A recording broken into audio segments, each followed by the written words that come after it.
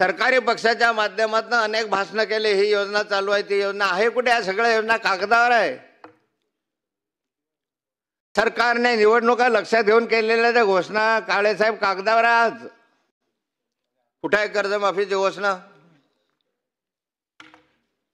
सारं कर्ज माफ करू असं आपण सांगितलं, पण सरकारच्या माध्यमातून या क्षणापर्यंत तरी कर्जमाफीच्या संदर्भामध्ये निर्णय घेतला गेला नाही.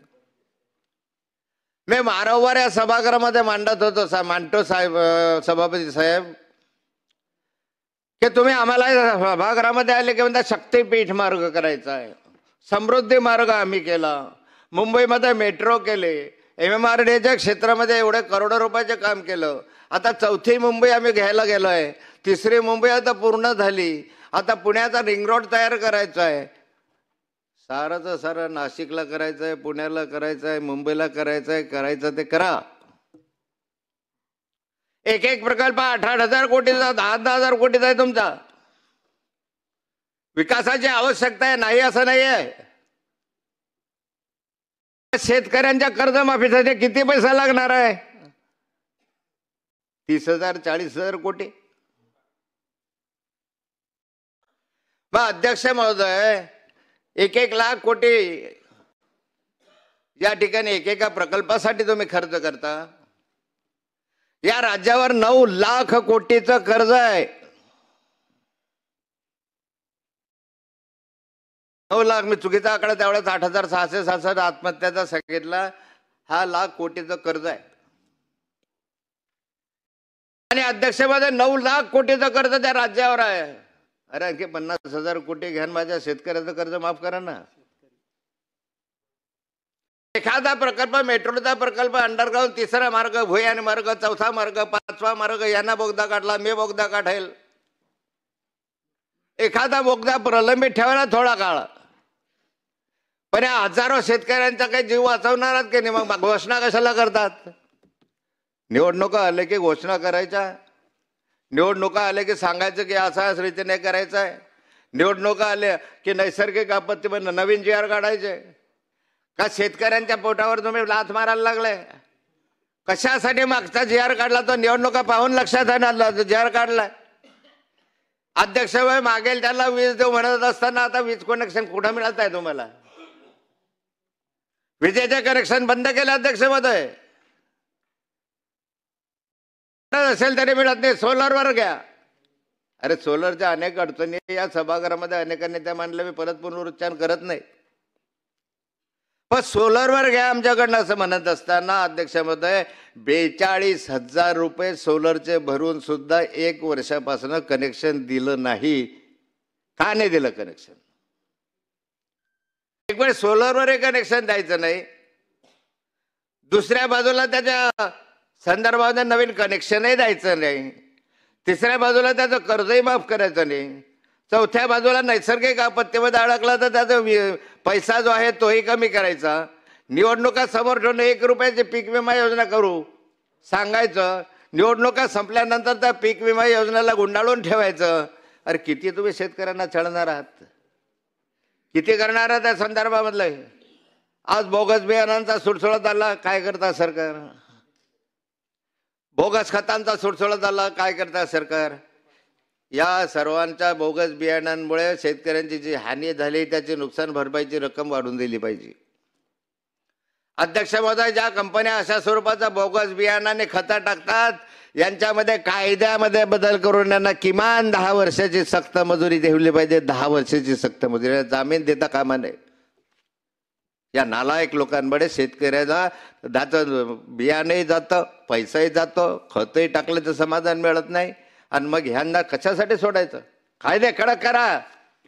आणि अध्यक्ष महोदय, या संदर्भामध्ये वारंवार सभागृहामध्ये सांगून सुद्धा सभागृहामध्ये अध्यक्ष महोदय, जर होत नसेल, नुसत्या किरकोळ कारवाया होत असतील तर तुम्ही बियाणे कंपन्यांना कशासाठी मदत करा? यांना तर फाशीच दिली पाहिजे,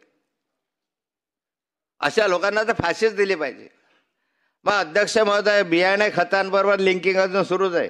पिल्लू म्हणतात ना त्याला.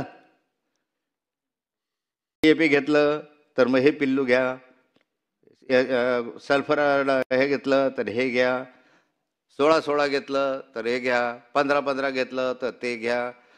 काय चाललंय? त्याच्याशिवाय मिळतच नाही खत. अरे खताच्या किमती महागड्या झाल्या, एवढ्या महाग झाल्या.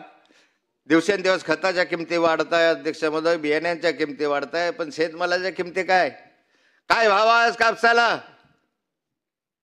7,000 रुपये, 6,500 रुपये प्रत्येक क्विंटल, त्यावर भाव नाही.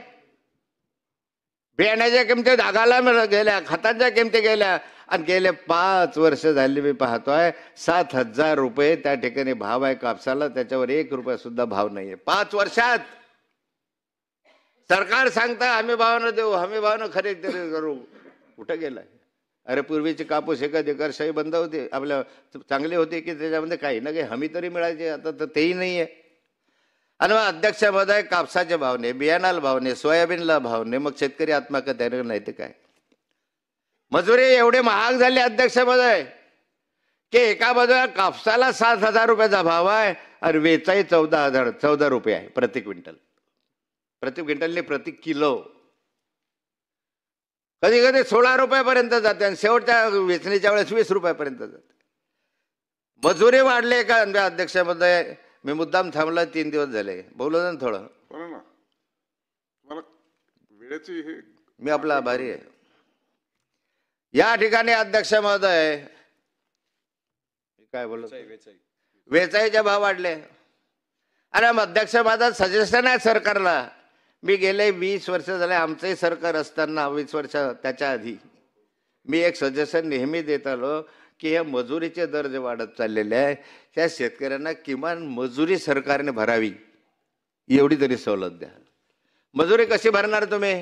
अशी नाही देऊ शकत की घे मजुरी, पण रोजगार हमी योजनेखाली शेतमजुरांना समाविष्ट करा.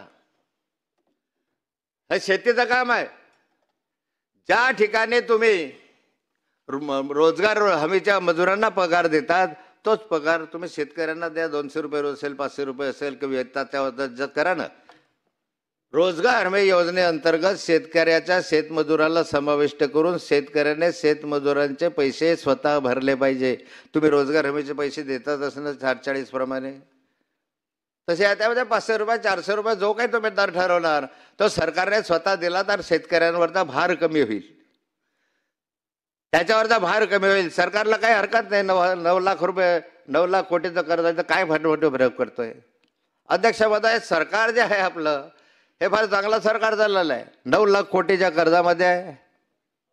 57,000 कोटीचा आता सध्या कालचा सप्लिमेंटरी डिमांड आले तर 57,000 कोटीचे आहे. त्याच्या आधी 40,000 कोटी रुपयाचा तुटीचा अर्थसंकल्प आहे. म्हणजे 1,07,000 कोटीपर्यंतचा तुटीचा अर्थसंकल्प तूट आहे.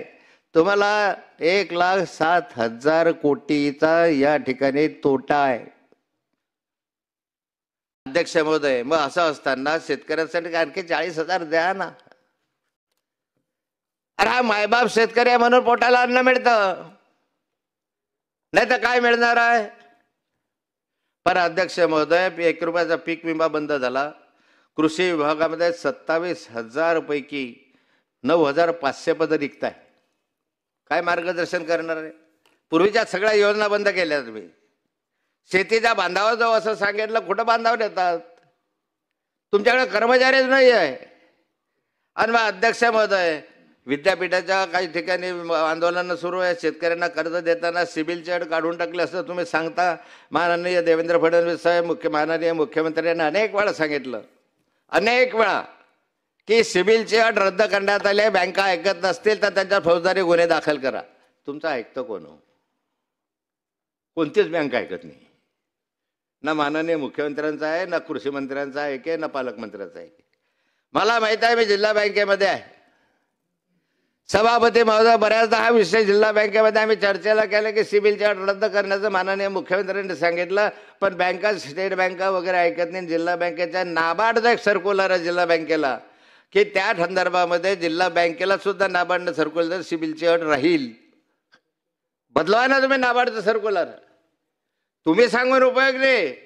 राष्ट्रीयकृत बँका तुम्हाला ओळखत नाही अध्यक्ष महोदय.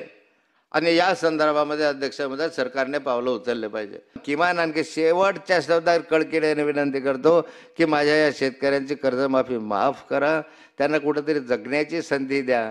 आणि या माध्यमातून सरकारने कार्यवाही करावी अशी अपेक्षा करतो.